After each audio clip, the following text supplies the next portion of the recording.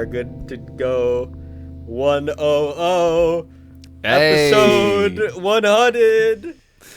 Yeah. Sing For the song, he's a Zach. jolly good fellow. For he's a jolly good fellow. Yay.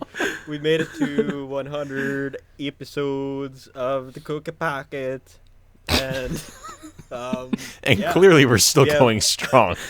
we have cumulatively hundreds of thousands of views. It's true, Basically mostly because from one of, like, episode.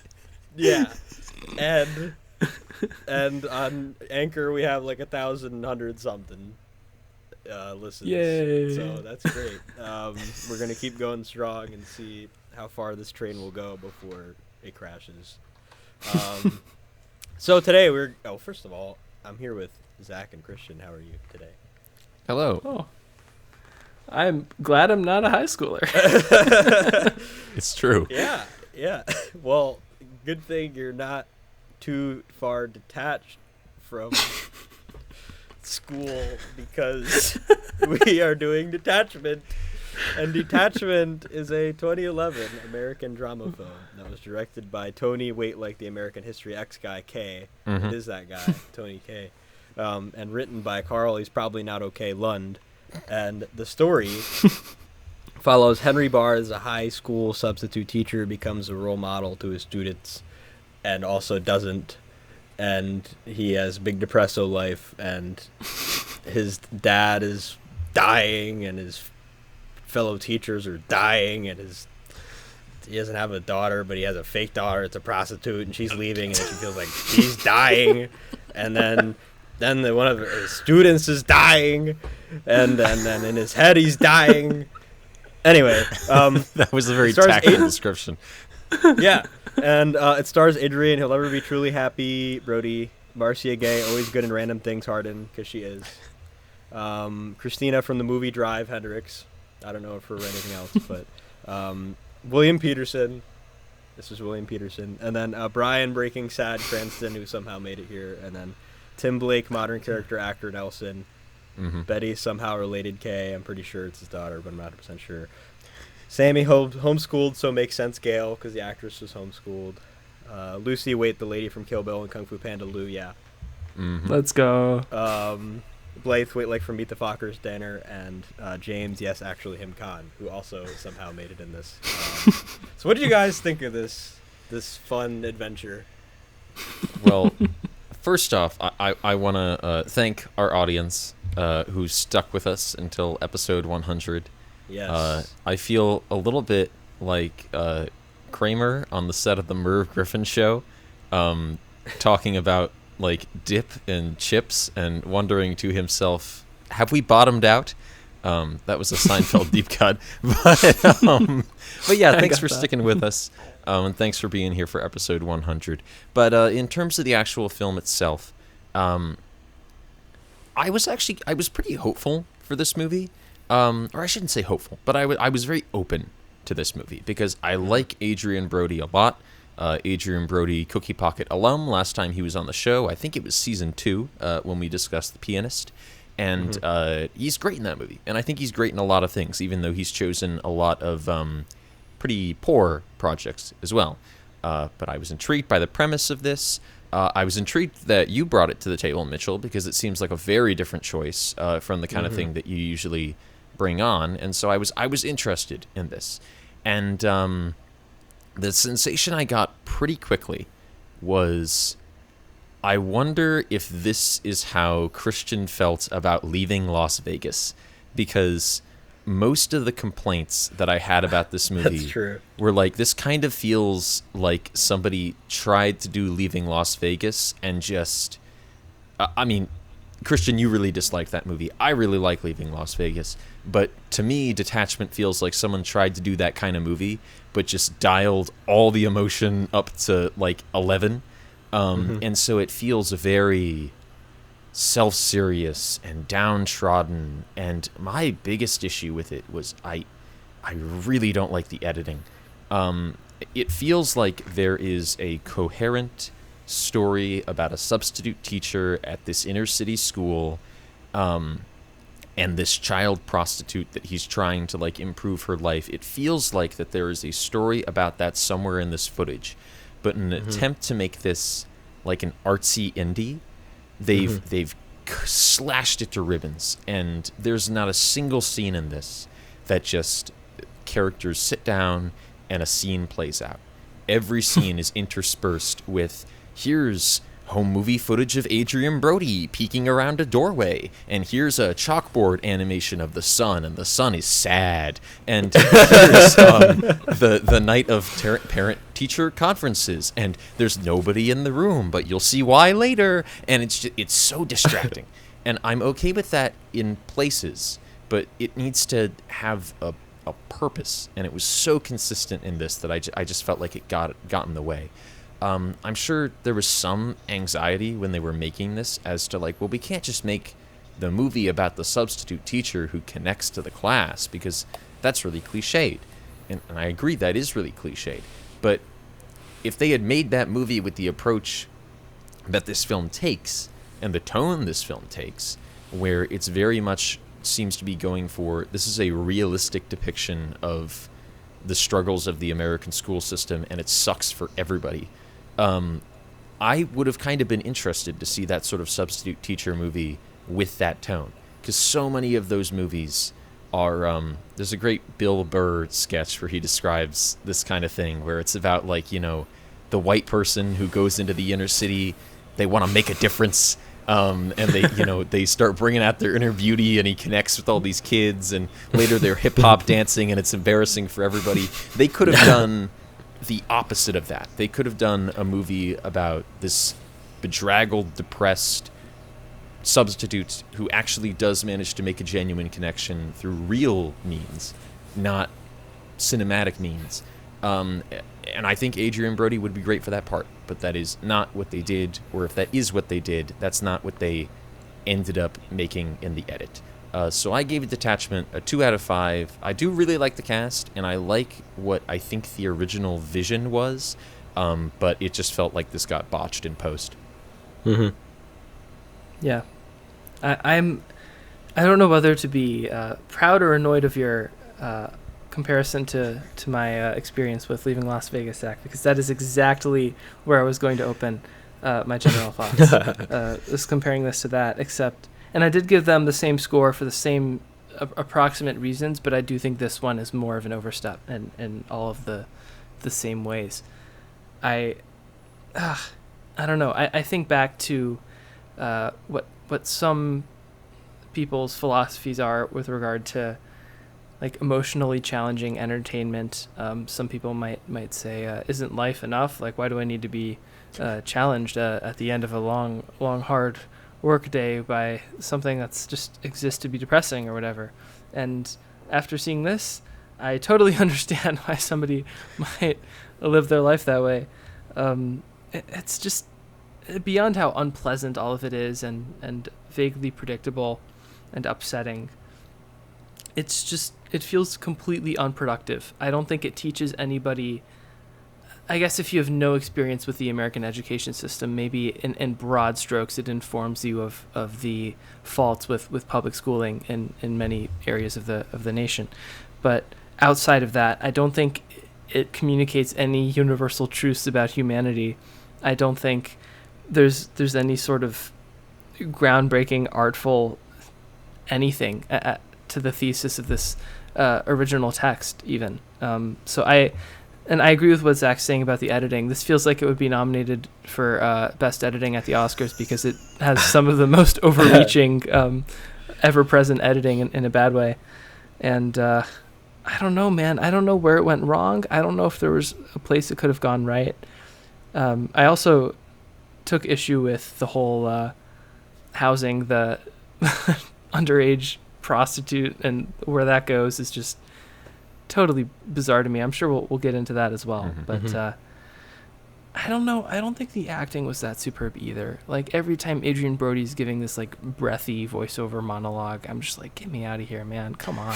And I really like Adrien Brody and many of the other names Mitchell mentioned at the outset. But I don't know. I don't know whose fault it is, but it really, none of it worked for me. So 1.5. Yeah, I was pretty disappointed for seeing this a few months ago, and I thought, I guess, well, I was very satisfied with Adrien Brody's performance. I think that he had a big enough range of emotions where it didn't necessarily feel like he was constantly under pressure to be depressed all the time. He has like bouts of anger and trying to understand and sympathize and things like that. And I mean, obviously, I feel like he's the only character that has any sort of like dynamic in that regard.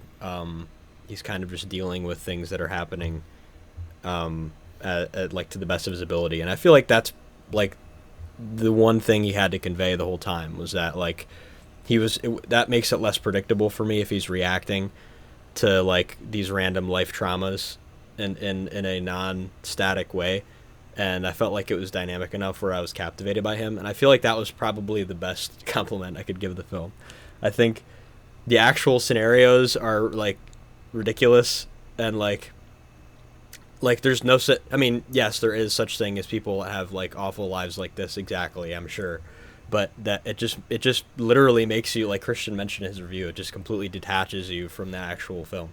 Like it literally makes you see, like it makes you, not only is the editing, like Zach said, like reminding you that it's an indie film, but also the ridiculousness of how depressed everything is and how like just awful everything is just so out there. And then combined with like the really strange like zany cinematography, like it's trying to get some type of mockumentary feel out of it. Yes. Or something. Yeah. And I thought that was distracting. It was a neat idea at first, I guess, and it kind of worked maybe in the first act for me, but then they kept doing it over and over again.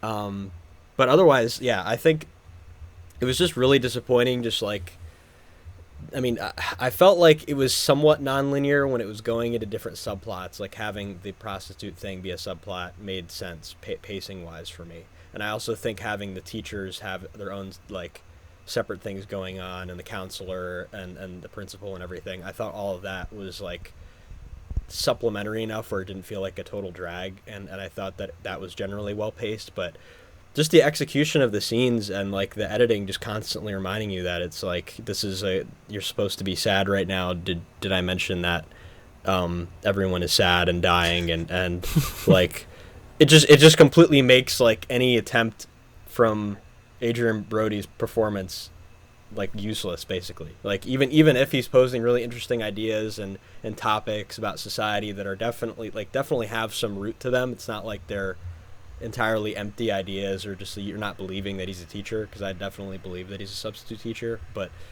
I just it's completely just buried, like Zach said in his review. Like it's just like all of it's just buried over this constant thematic thumping like every single time about how awful everything is, and just it's like takes a million steps back and like 3 steps forward. So I read a little bit about the production. There's not like a lot of information about it, but I thought the this was referenced on the Wikipedia. Sorry, English teachers from high school, but yeah. Bryan Cranston was asked about it in Collider, and the reporter told Cranston he loved the movie, and then he was like, "Wait, did you like Detachment?" And then the reporter said he loved it, and Cranston was like, "Wow, I haven't seen it. I'm surprised to hear that." And then he felt that Carl Lund, the writer, wrote a really beautiful, haunting script, and he didn't feel like it was honored. And then they pushed him more, and then he was like, I was upset, and I didn't see the movie. He said that Tony Kaye is a very complicated, interesting fellow. He doesn't believe that he'll be working with him again. He didn't get along with him on a personal level, but he honored the writing, and he thought the writing was the most important thing. And he said he wasn't the only actor to feel that way. So how do you think the writing translated, Carl Lund's writing? Because that was kind of where this film started to begin with, and Tony Kaye took a lot of what the writing was, which was more of like an ensemble analysis of the teachers and things like that, and it was essentially broken down to just focus on Adrien Brody's performance because he loved him so much. So that was ultimately like Tony Kaye's goal, was like, it has to be about Adrien Brody's character, it has to be about his whole life. So what is your first reaction to that? Well, you got me really intrigued now. because I will say, Christian, you had mentioned the idea of, this film doesn't contribute anything. In response to that, really quick, I do want to say that, at least for me, I don't necessarily think that a film has to make some kind of a statement on reality or real issues. I think it's okay for a film to essentially just say, man, things really suck. I think that's okay. But if you're going to make that movie, I do feel that you need to make it in a way that's not consistently irritating to watch, which is not what this film does, due to stylistic reasons. I also think it's a little weird that, despite me being the one who's always about editorial and cinematic style, I think it's interesting that, Mitchell, I think you've brought maybe the most style over substance film of the season to the table here. Yeah, nice. But spinning off that point, though, if Carl Lund, is that right? Yeah. If his original screenplay was much more of an ensemble piece about all the teachers, then boy, do I want to see Detachment, the writer's cut, because that's what I wanted this movie to be. And that's what I feel like would be really productive, is a movie about all of these different teachers who feel, at least to me, all these teachers feel like real people in specific moments. Maybe not all the time, but there are specific scenes and shots with all of them where I feel I have definitely seen that person in a high school. I think Tim Blake Nelson is the one who stands out the most. There's a wide shot towards the beginning of the film where he just says, "I am putting in the DVD," as the class screams around him. And I thought, oh, wow, the amount of times I saw that happen in middle school. So yeah, I would love to see that. And I think if that's what the original script was, then I am further less of a fan of Tony Kaye's direction and the editing, because then they totally they did not use every part of the buffalo. They used some very specific parts of the buffalo to the detriment of the overall project, I would say. Although I to give Tony Kaye some credit, I was looking at his filmography, and I don't mean this as an insult, but he's not really much of a filmmaker. He's only made like 3 movies: American History X, a film that was finished in like 2009 and still hasn't been released, and this. And outside of that, he's mostly like a musician and a poet and a multi-hyphenate artist. So I don't necessarily blame him for going, oh, let's try this weird thing with it. Because if you were to do that in like a multimedia museum installation, like people are still going to go, oh, that's interesting. But film is kind of a different medium to museum installations. And I do think maybe in this case it would have been a better decision to follow the original script then. I'll have to look online and see if I can find that original screenplay. Now I really want to read it. There is footage of Marcia Gay Harden and Bryan Cranston. Tony Kaye admitted it in an interview, that there is more footage of them, and that he maybe someday would have a longer cut released. Okay. Because Bryan Cranston especially feels like... I saw him in the opening credits, and I thought, oh, wow. And part of me thought, why? How did he get all these people on this movie? And I thought, oh, well, maybe it was because of American History X. But American History X was 13 years before this. I don't necessarily think he could be riding the wave of that credit still in 2011. So who knows? But yeah, Bryan Cranston is in like 2 scenes, and that's it. And he had been Breaking Bad for a while now by this point. So it's not like he was a nobody. Yeah. I agree. I definitely would have been more interested by multiple perspectives instead of this focus on Adrien Brody.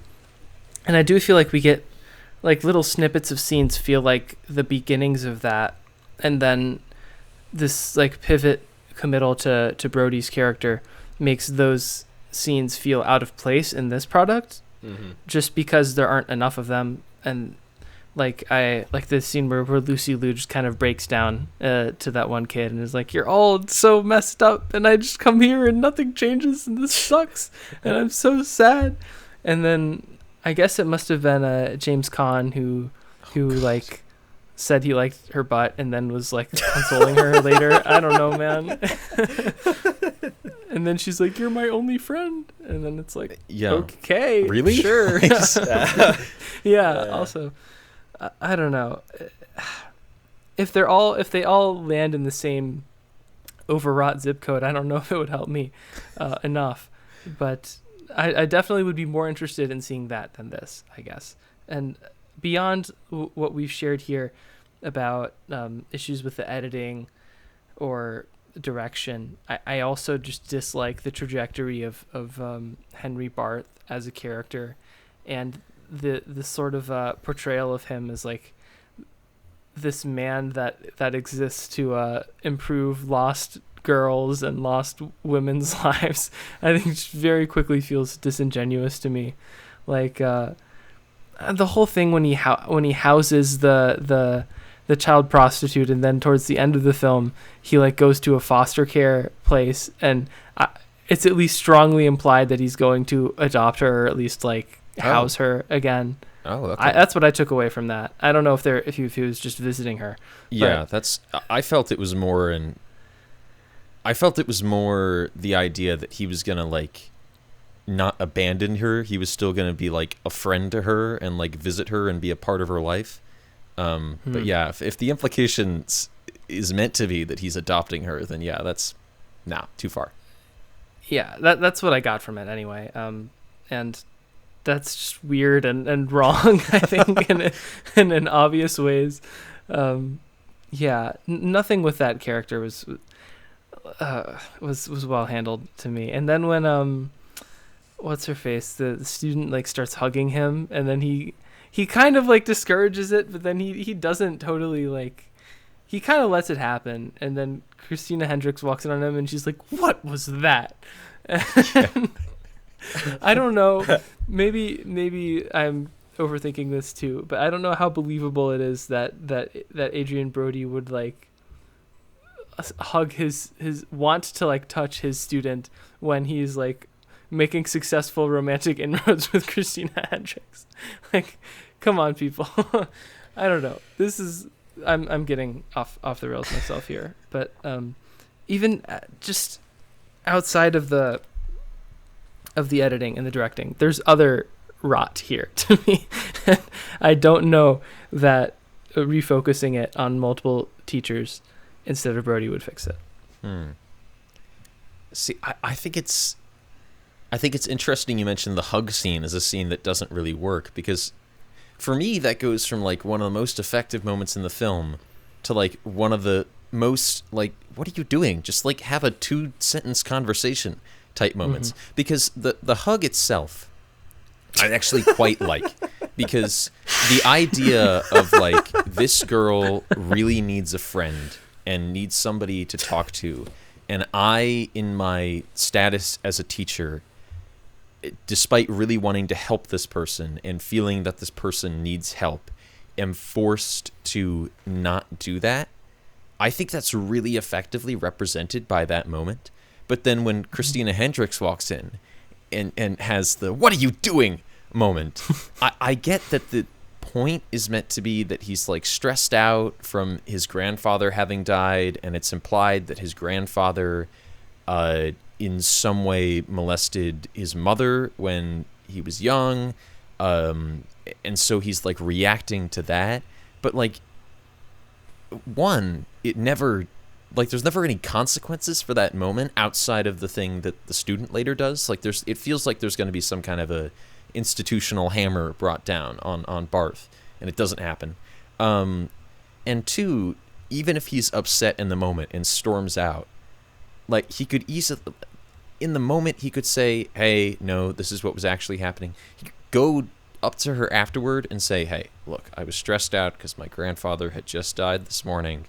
I know, weird, right? And yada, yada, yada, this is what actually happened." Like, it just, yeah, it feels like, it goes from a moment I quite like to just artificially heightened outrage, where it doesn't. You really wanted to throw that desk so badly. Yeah. Well, see, if it would have been more like a Wattpad, like a middle school girl's Wattpad story, if he just started making out with her. Oh no! I'm glad that didn't happen. Anything could have happened at this point. but yes, but just because it could doesn't mean it should. That would not complement any form of the narrative. What else is complementing the narrative here? Okay. Even though I'm sure that there are plenty of Wattpad fictions about Adrien Brody, I'm positive there's plenty of those. I will find them. Thank you. That is on the docket now. You did not have to do that. Anyway. Well, so I think one thing that had the potential for being good, but was big stupid, was Erica and Meredith kind of having that somewhat of a dichotomy, I guess. I mean, I guess there's kind of a temptation in a lot of these smaller budget or even indie films that you have to have some type of reflection or like a mirroring of characters or something. Like, oh, the main character goes in this place and they have this one character that's in a similar position to another character in another place, but they're like opposites, or they're very similar, or they're like, it's something like that. So I thought it was interesting to have Meredith and Erica be basically completely different characters and having their own like issues, and I thought that was like, I mean, the potential isn't really like brought out too much. I mean, I know Meredith has a pretty substantial amount of screen time. I think she might even have probably the second most screen time compared to Adrien Brody, but I was kind of interested to see like which of those two storylines were more like digestible or appealing, I guess. Would it be the one with the prostitute or the one with the student that's depressed? I do feel like they're meant to complement each other. It feels like either there's pieces missing that had to be there to make that fully work, though, or all the pieces are there, but they've just been played in the wrong way. I can see how on paper the idea behind Erica and then Meredith is that Erica represents a troubled person that Adrien Brody's character could have helped or could have done more to try to reach out to, but he's prevented from doing that. Whereas Meredith is kind of his outlet for the affection that he can't express, or the sympathy that he can't express to his students. He can't express that in kind of the outside world when he's just Henry, he's just a person. And so after Erica dies, it feels like on paper there's meant to be a realization in him. No, I can't turn away from this girl, and I can't turn my back on her and abandon her and let the same thing happen twice. I cannot let my detachment, my professional detachment, become a voluntary thing. I can't let that be a part of my entire life, even if it has to be here in school. And so it feels like that final scene where he reaches back out to her, there should be some kind of a motivation there. We should get the feeling that is motivated by the fact that Erica has died. But I don't really think it's played that way or shot that way. It's just kind of shot as like, oh, and the happy ending with the sunset. And it doesn't really feel motivated in that way. So again, I'm going to go back to the screenplay and say that maybe the potential is there for those two plot lines to complement each other, but in the finished film, I guess Erica's is the least botched, is like the most coherent, and all the bits make sense together. But I don't know. It's like saying, well, half of the bridge works fine. You can get to the middle, and then you'll fall straight into the river without the other half of the bridge. Unless you have a whip, Zach. Unless you have a whip. Unless you have a whip, yeah. Oh, Lord.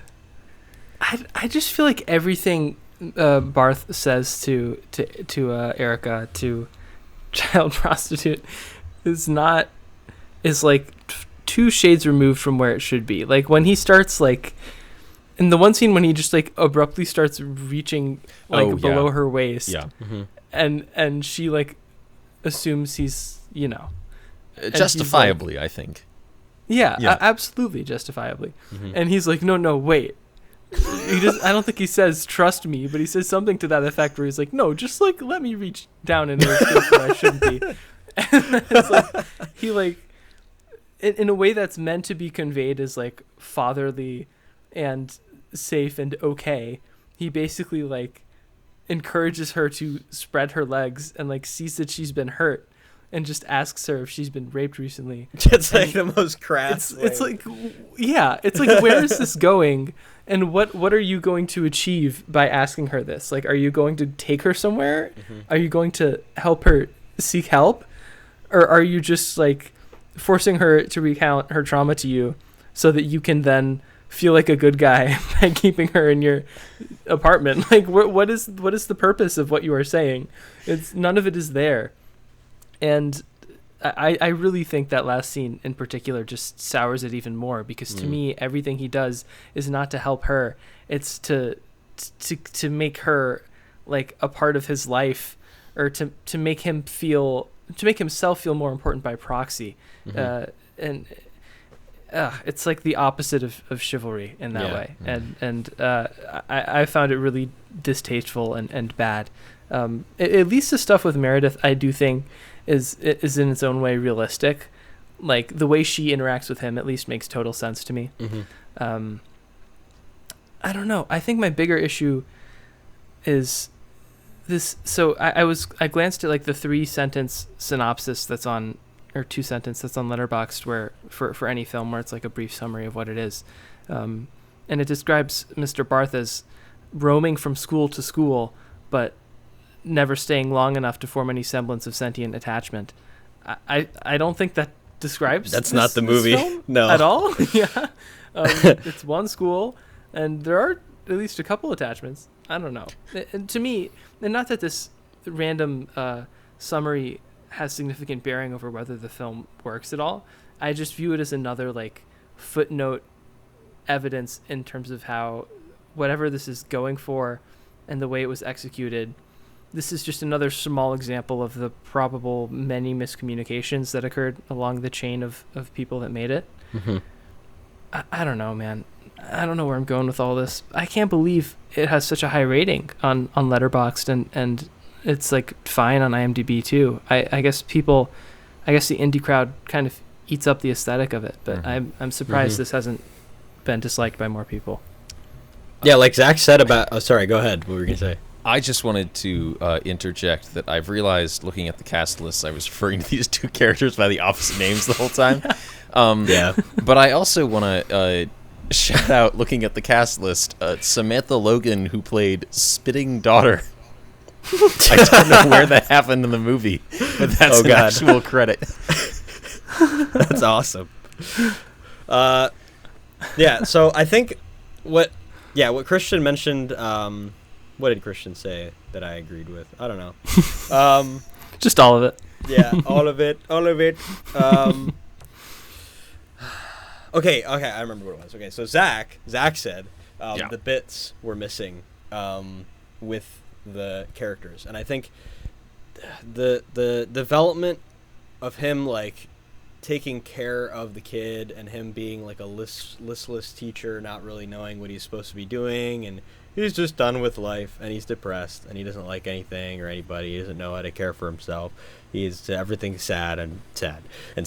And I agree with Christian with the Meredith being a real person, but I guess the issue isn't that they need to have him be attached to the kids, because I understand like the antisocial aspect where he is able to talk about these things but can't solve his own problems sort of cliche, and I think that would work better using that cliche, and it would make the movie more average if they actually had moments of development between them. Like, I think a lot of it really comes down to the style that Zach mentioned, the style over substance, because having there's more. I feel like I'm learning more from the sex worker from what's visually being told, and what's visually being told is not substantial at all, really, or it's overplayed to a significant extent. Like when Christian mentioned the the wounds and stuff, like that scene went on for a really long time, and I learned almost nothing except the fact that she is obviously abused as a sex worker, but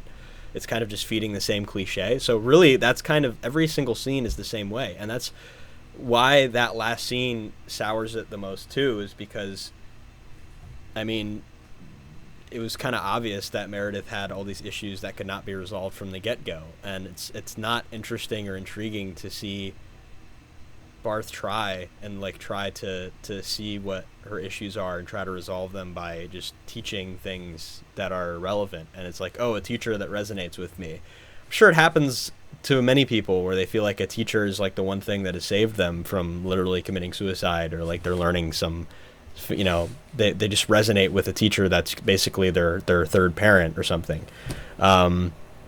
And I can see that plot line going somewhere, but it doesn't. I mean, it's like they have like that one scene, basically, or one or two scenes where they're together on an individual basis, where they're actually like progressing in their character development in a certain way. But it's like a long scene, but then we barely learn anything. There's like no impact. Like, it's just, oh, well, obviously, eventually, like, and the things like the flashy, super duper indie stuff, I think probably was the most distracting with Meredith, because you didn't need to show me like 30 different ways like that light can shine into the lens and like freaking fly it around. Like, I don't know, like it reminded me of Jared Leto's Joker. Like I don't know. I just don't understand why we didn't even really need like the scenes at home. We could have just had interesting dialogue where Meredith was talking about how things are, but instead everything has to be like completely spoon-fed to us, and it doesn't make it any more captivating by the fact that it's like the camera moves left, right, and then zooms in and zooms out, like we're like the cameraman's like, get footage for documentary type thing. It's just that I think Meredith had the most like compelling. I guess she had the most compelling moments with Adrien Brody, but I also think the story with Erica was more intriguing. But at the same time, it was just so haphazardly linear, like things happening and things going in a direction you already see it happening. It just really, it completely tumbles on itself, and it's like, I don't know. I don't know if more dialogue would have really helped. I don't really see that, but. What did you guys think of the piano, by the way? I thought the piano was kind of just hammering down the fact that this was an indie film and that it was big, sad. I mean, I don't know anything about piano, but I don't know what kind of minors were in that, but there were some minors in the piano. Oh, God. Perhaps. Well, I mean, I don't know a ton about piano either. I mean, I think the piano score to this is fine. I know piano is a big, like, especially the kind of like discordant nostalgia piano, which is the kind of thing that shows up in a lot of indie films, is pretty present in the score to this. But I think it works. I think the most present and effective moment of that, I think, is at the very end of the movie, where we see the shots of the empty school with just the leaves blowing around. That I think that's a really good visual, and I think it's complemented by the score. Most of the rest of the film, I didn't really notice it. Some things I did want to mention, though, because you guys brought them up. I think seeing Meredith's home life is fine, but if they were going to do that, they needed to do it in a much less cliched way. Watching that scene of her dad talking to her from off camera, I was reminded of The King of Comedy, where De Niro's character's mother is in like multiple scenes off screen, just saying like, "When are you gonna get a job? I gotta go to the market on Tuesday. Can I take the car?" But like, whereas there, it's like deliberately comedic because they know that idea of like an overbearing parent that constantly yells from the other room is like amusing and overused. Here it's played totally dead straight, and dad is spouting all of the cliches like, your arts and crafts aren't gonna get you into Harvard. It feels very silly. And another moment that felt very not silly, but that was kind of unintentionally funny, is after Adrien Brody recognizes Erica's injuries, and you think like, oh, okay, so what's he gonna do now? And he gives her a paper towel and some hydrogen peroxide and a dirty white towel. Yeah, we can go and find says, "Take a shower," and that's it. Oh, what a hero! And of course, in a later scene, he does take her to the clinic to like get tested. But in that moment, especially when it's shot in like a wide shot, and you can just see his legs, and it's like a Peanuts parent, like just while she like sits next to the tub. I found it very funny. That is very funny. I can't say I took much note of the score this time around. I don't remember it even slightly, even though I watched this like 2 hours ago. But looking at the composers, this was composed by Taylor Stewart and Andrew Grush. I've not seen any of their other films. The highest billed being Doctor Sleep. Doctor Sleep is good. Yeah, I haven't seen Doctor Sleep. I wanted to. Okay. But at least the semi-composers, I don't know. I just really, it didn't, it wasn't noticeable enough for me to take stock of it when there was so much else going on to notice. I guess now we're just trading in complaints. It's just, none of this to me feels like it's about detachment. It feels like it's the opposite of that, and I've already gotten into this with the whole inaccurate summary, but I don't know, man. Where am I going with this? I couldn't help but think of how this is rewinding way back to, I guess, season 2 when I brought in Marriage Story to discuss, and I remember Mitchell saying that sometimes in like intense overacted emotional scenes, like specifically when Adam Driver's like, every day I wake up and I wish you were dead, that whole thing when they're like really breaking down at each other. I vaguely remember Mitchell saying that scene, or at least a similar scene, made him laugh. And I just feel like this is the poster child for the scene in Brothers when Tobey Maguire's like, you know what I did? It's just a lot of that, except I don't know. I don't think I found myself laughing. Instead, I just found myself rolling my eyes, and I think that's worse. I don't know, man. I think I'm running out of steam to talk about something I disliked this much. And then the monologues where Brody's just like whispery. I wish I could remember the exact script, but I found it to be very trite, whatever it is he's saying about himself or the school. I just don't know, man. This is just really not a thing I would recommend. It feels like a film made by a big My Chemical Romance fan who's never listened to anything else. Yeah. Oof. I think I'm gonna stick with that. A My Chemical Romance fan whose favorite book is The Catcher in the Rye. So basically, this feels like a film directed by Mark David Chapman. Yeah, maybe that's a little harsh, but it does definitely have that really doom and gloom feel to it in a way that, at least in this execution of the piece, feels amateurish rather than honest. Because I'm okay with doom and gloom. Some of my favorite films are incredibly depressing. But, there's a way to do that correctly and intelligently, and there's a way to do that incorrectly, and I think that this mostly does the latter. Yeah. 2 out of 5, not particularly good. I like Adrien Brody, but that man has a track record of picking maybe like 2 out of 5 good projects, and the rest are detachments and other projects of the like. Yeah, I just continue to be befuddled by the average score for this on Letterboxd and IMDb being so high. I just can't believe it.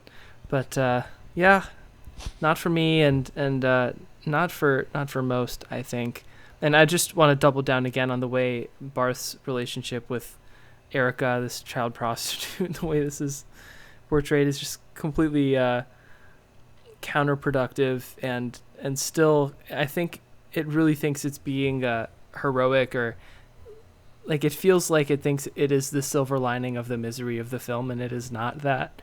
And coming from someone that's given films like Beautiful Girls and Licorice Pizza 5 out of 5, I was deeply disturbed by the way that relationship was portrayed, and and more than that, the places those people must have been coming from to portray it in that way, if that makes sense. So 1.5 out of 5, really overwrought and in a bad way. Yeah. I think if you want to be depressed, then you can watch Detachment. But if you want to be depressed, then you watch The Pianist. And I think that's a pretty good apt description. But I think anybody who's trying to get all the Adrien Brody they possibly can, besides watching Peter Jackson's King Kong on repeat, you can also watch Detachment exactly one time. And then you can say that you have watched Detachment and that is a thing you watched. And you are not sad, but sad things happen. Mm-hmm. And that's pretty much all I have to say. If you want more... Oh, sorry. No. I was gonna... If you want more Adrien Brody, just watch more Wes Anderson. Yeah. If you saw Adrien Brody entirely within Wes Anderson films, you would think that man is the John Cazale of our generation. Mm-hmm. He's so great in those, and then outside of that, he just there seems to be a lack of filmmakers who seem to understand how to use him in projects, or perhaps he has a lack of understanding of his own limits, because occasionally it feels like he is a square peg, really, really eager to insist that he can fit in the circular hole, thank you very much. And more often than not, it doesn't work. Yeah. Exactly. Go watch Darjeeling Limited, and don't watch Ghosted. Is he in that? Watch Midnight in Paris. Wow. He's really bad in it, too. So we can go on to Week in Review. Christian, would you like to begin? I've started a lot this episode. Okay. Yeah, fair enough. Okay, no, this is good. I can talk about something new, which I love to do. Wow. I don't know when this episode will be coming out, but hopefully it'll still be newish by the time it does. September. Oh, it won't be then. Well, have good luck in school, kids. What are you gonna do? What? Someone give me a piece of paper. Mission Impossible: Dead Reckoning Part 1. Yay! I went to the theater and I saw this opening weekend, like any true cruise head should and would. Yeah, and it was pretty good. It was pretty solid, and I think there were a lot of outside influences working in my favor to enjoy this. Namely, the biggest one being probably that it was my older brother's idea to ask me to see this with him. My older brother, who does not like movies or going to the movies. And it was during a really packed weekend for the family, where there were just a lot of family things going on, and we had people visiting and whatever. And this showing started at 9:50, and it's a 2-hour 45-minute film. So I basically ended up staying past 1 a.m. to see Mission Impossible with my brother in the theater, and that was just like, hell yeah, I'm doing this, man. Let's freaking go. But beyond that, I do think for the most part it is a solid film. Spoiler-ish alert here. I won't get too far into the weeds, but what's interesting here is that the villain is kind of like this comic booky Hollywood version of AI, and I'm sure the way it portrays generative AI is not totally accurate to the way that we're seeing it in the real world now. But I sort of enjoyed the thematic idea of like the fundamental fakeness, the artifice of the digital world representing evil, and real personal human interaction being representing good. I think that's handled strongly, and it's sort of a fitting mirror to Tom Cruise's crusade to save the cinema as we know it, or at least going to it. So I liked that. I also really liked the supporting cast. I sort of forgot how likable Ving Rhames and Simon Pegg are, but they're both fantastic. Haley Atwell was great, and she and Tom Cruise had really, really good chemistry. It's one of those things where, like, from like the first two sentences those characters exchange with each other, you're kind of like, oh yeah, this works. Oh yeah. Yes. No, listen, I stand by that. You could soundbite me on that. I stand by it. And Palm Clementieff of Mantis and Guardians of the Galaxy is in this, and she's just like crazy, and it's great. And so really strong supporting cast here. And I was just so pumped because I think the first title card was just a Tom Cruise production, and I was just like, frick yeah, let's go. I was so freaking hyped, man. Oh gosh. The last sentence of my Letterboxd review for this is, I think the movies are making me a shallower person because I spent most of this runtime thinking about how pretty they all are. So, now that's on the record too here. So anyway, it's fun. Some of it's goofy. Some of the personal representations of the villains that want to obtain this AI for themselves feel a little off. There's like a weird soft retcon thing for Ethan Hunt's origin that was confusing because I was kind of like, wait, am I supposed to remember this from the old films? Because I don't. And then I looked it up and it's just not in the old films. Yeah, no. They just kind of made it up for this. Whatever. But train set pieces are great. I think Christopher McQuarrie is a legitimate cinephile who reveres things as old as Charlie Chaplin, and I think that does kind of show in spots here. So 4 out of 5, not perfect. There's stuff to take issue with, but to go to the movies, man. Come on. A Tom Cruise production. Dude. Tom Cruise production, Zach. Come on. I like Tom Cruise.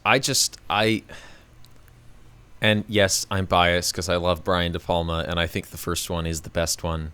But even though I like great. Mission Impossible and I like Tom Cruise, I kind of miss when the Mission Impossible movies and when Mission Impossible was about like espionage and intrigue more than like, and I'm gonna jump off the goddamn mountain, which has become see you at the movies now. I do have to ask though, Haley Atwell and Tom Cruise might have good chemistry, but does she ever have a dress like Rebecca Ferguson in Rogue Nation at the opera? I'm gonna bet she doesn't. Wow. I've been had. This is also indicating my Brian De Palma leanings because that's a very De Palma thing to say. Hey, Rebecca Ferguson is still in this though, and she's also very good. So right, there you go. Yeah. Well, time to move on from a big, flashy, action-packed, sexy spectacle to the Parliament of Great Britain. Whoa! Because I'm still watching House of Cards, the BBC series. At this point, it will have been a while, I think, since I talked about the first series, House of Cards, which was 4 episodes long, and I think I only discussed the first 3 at that point. I finished that first series right after that episode, and it's really solid. 9 out of 10 stuff. Despite it being kind of an older, maybe a little crusty BBC show, I was legitimately quite shocked by the conclusion because it's so mannered and so true to real politics for most of it that when something genuinely very dramatic happens, I was a little gobsmacked. But that meant that going into the second series to play the king, I had my expectations up. And at first, I was pretty disappointed. First off, it's always difficult, I think, to make a sequel to something that's so well received, but it's also very difficult to make a sequel to something that wraps pretty much everything up in a neat little bow, as well as the first series of House of Cards does. Because that whole first series, Francis Urquhart's goal is to become the prime minister. And at the end of that 4-episode series, he has essentially achieved that goal. He has become the party leader. The election is coming up. He has essentially removed all of his competition, and he has also taken the necessary steps to eliminate the evidence of the shady things that he did in order to make that happen. So the box is closed. He's got what he's wanted. And at the beginning of To Play the King, he is prime minister. He has everything that he wanted. So it kind of just feels like they're doing the same thing again, but he as a character has nowhere to go, which immediately is a little disappointing, because it sort of feels like, well, why am I watching this show? The main character no longer has any wants or needs or goals to accomplish. But it eventually did start to get its hooks into me. I think it's a little repetitive of the first series. That feeling did stick with me. But the basic premise of To Play the King compared to House of Cards was about Francis wanting to become the prime minister. To Play the King is about, now that Francis is the prime minister, how does he hold on to that power? Specifically, there's a fictional new king in the show who's actively interested in being a part of politics and influencing the politics of Great Britain to better the lives of the British people. And Francis kind of has to encounter that as an anomaly and figure out how to maintain his political power when the technically sovereign lord of the nation that he's in charge of is opposing him so publicly, which was an interesting dynamic to see in the show. And just like the first series, the last episode, there's some pretty shocking moments that had me going, whoa, which, most BBC shows don't make you go, whoa, especially when they're political dramas. So yeah, I didn't think it was as good as the first one. But I did solidly enjoy it, and after like a 2-episode upswing, it eventually did kind of have its hooks properly in me, and I was pretty intent on finishing those last 2 parts. So To Play the King, 7 out of 10, compared to the 9 out of 10 for House of Cards. I will be watching the 3rd and final series pretty soon. That's the final cut, and I have no idea what happens in the final series, so I'm intrigued to see what happens there. The first series very much took Richard III as its source material. The second series has some pretty heavy implications of Macbeth, with Francis' wife kind of taking more of a center stage and influencing him in his decisions. So that leaves me thinking that it has to go out on a tragedy of some sort, but how they're going to execute that, I don't know. Is that going to be a heightened dramatic thing? Is that going to be the woe of the final cut? Or are they going to kind of stick to political realism and he just retires in disgrace? We'll see. I kind of doubt I'll update you next episode, because next episode is our final episode. But the way we're recording these, I might have updated you a couple episodes ago. So you either know what I thought of the final cut already, or you never will. And tough. There you If go. you're hearing this, I'm probably dead.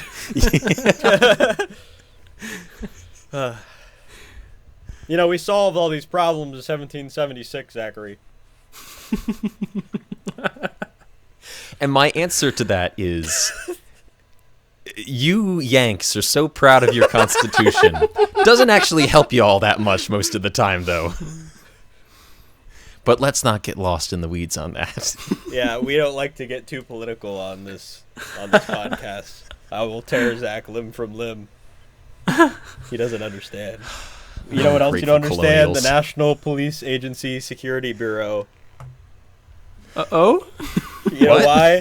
Because they befriended Shin Ultraman. You saw Shin Ultraman? I did see Shin Ultraman. I will definitely directly call out my dad and praise him because he loves Ultraman. Yeah. And he got it on Blu-ray as soon as he could. So I did see it. Okay. And I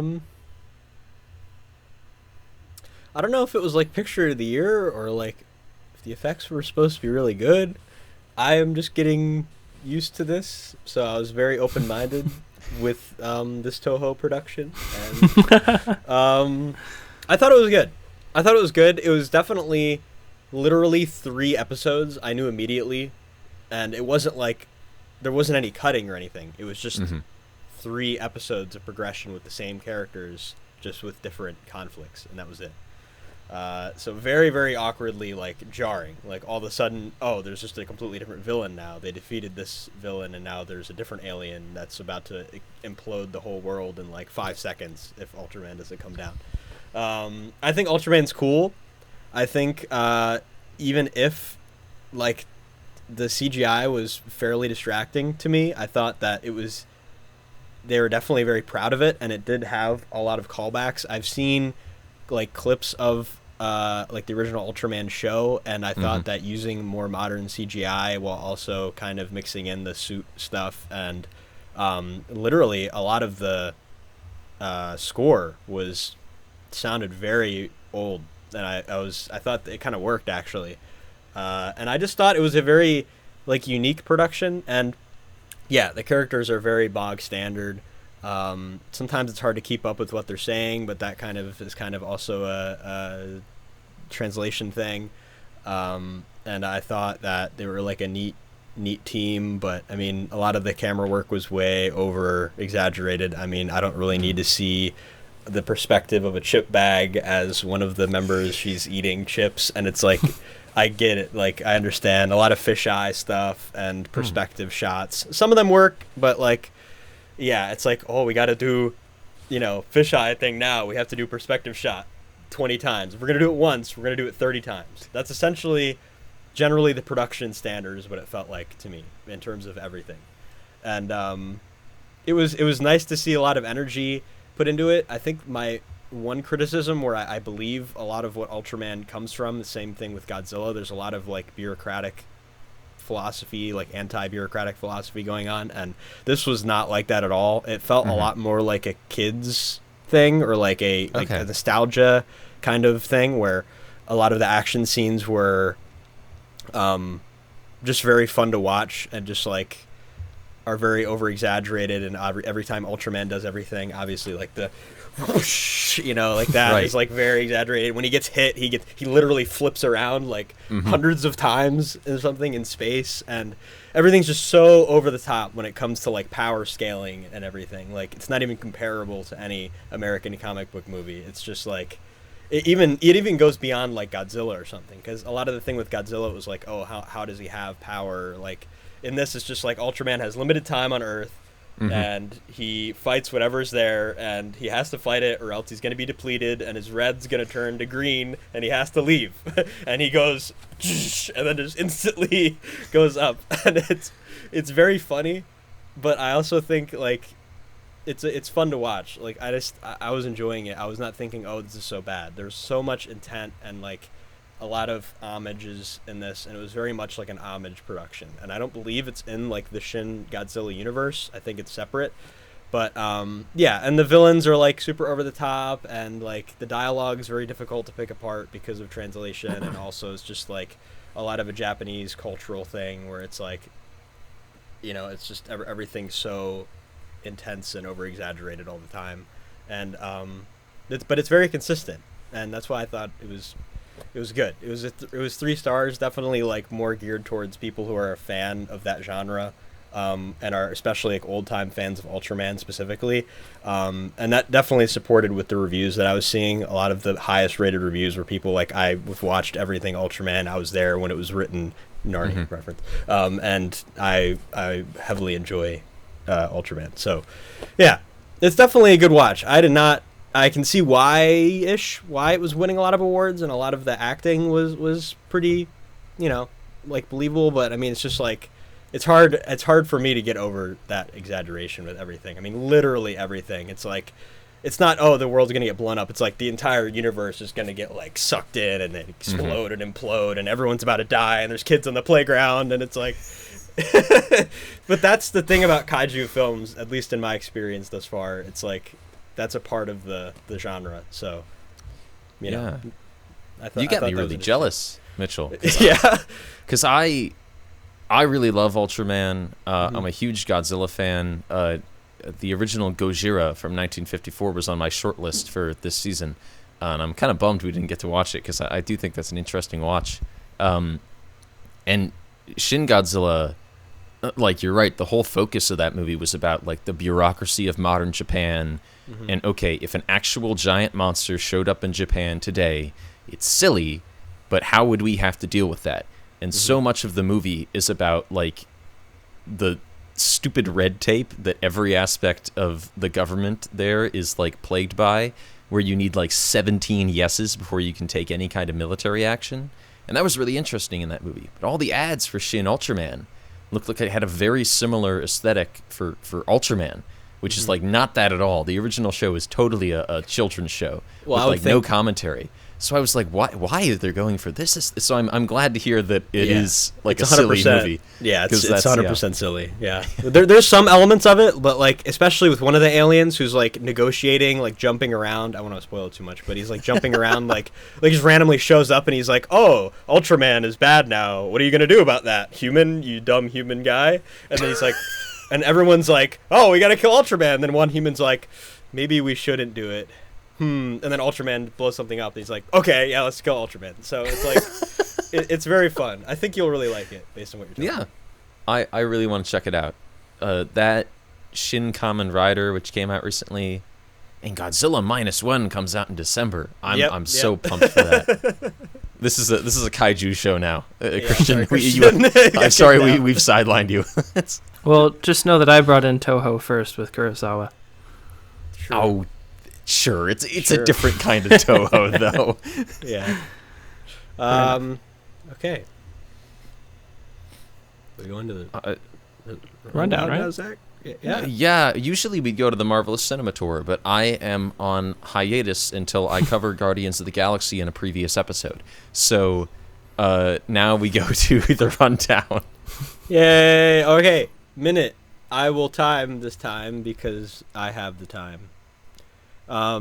Christian will try to run away and he'll get away because he's detached from everything and he will be fine.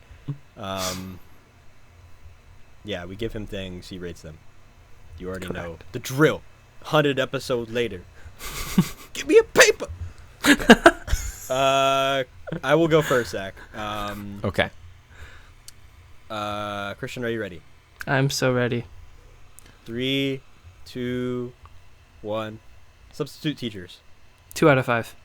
Literally everyone wanting to die. 1 out of 5. Blurry Street, Adrien Brody. 2 out of 5. The Fall of the House of Usher. 3 out of 5. A piece of paper. 4 out of 5. You suck! 3 out of 5. Allowing students to just leave. 2 out of 5. Teacher Adrien Brody. 2 out of 5. Underage girls, don't say that, said Christian. 1 out of 5. Marcia Gay Harden. 3 out of 5. Cameras that cannot stay still. 2 out of 5. Gonorrhea. 2 out of 5. Straight to camera, James Gunn. 3 out of 5. Caretaker Adrien Brody. 2 out of 5. Assimilation. 3 out of 5. Wasted Cupcakes. 3 out of 5. Death by cupcake. 2 out of 5. Awkward Counseling Session. 2 out of 5. Chalkboard animated. Oh, time. Oh, okay. Darn. Wow. Guess I'll have to detach myself again in the finale. I'll reattach someday. Well, thank you guys very much. This has been a fantastic project, and I've told many potential employers about this. And the entire federal government and the U.S. Army knows that I do this, and hopefully that means more viewership. So Hopefully. let's continue not to watch what we say, and the corporate conglomerates will come down soon, and they will all have cookies in their pockets. And that's why Detachment is a movie. And that's it. Who's previewing next? I am. Next episode will possibly be our final episode of the season. Right now, we're looking at it as if it's going to be our finale. You guys might get 3 more episodes, but don't bet on it. You'll be lucky if you get 1. Next week, I think it's kind of an appropriate film to go out on. We're going to be discussing David Byrne's True Stories. Hype. Featuring the music of Talking Heads, featuring John Goodman, featuring David Byrne himself. Wow. Featuring a giant rotating cob of corn made out of balloons. It's a good that. time. He's It's still a lot of fun. I've seen it and I am dancing accordingly. Yeah, happy 100, gang. And Mm-hmm. if you want to stick around for episode 101, tune in next time to Cookie Pocket. Other than that, I'll see you later, I guess. Bye. Bye.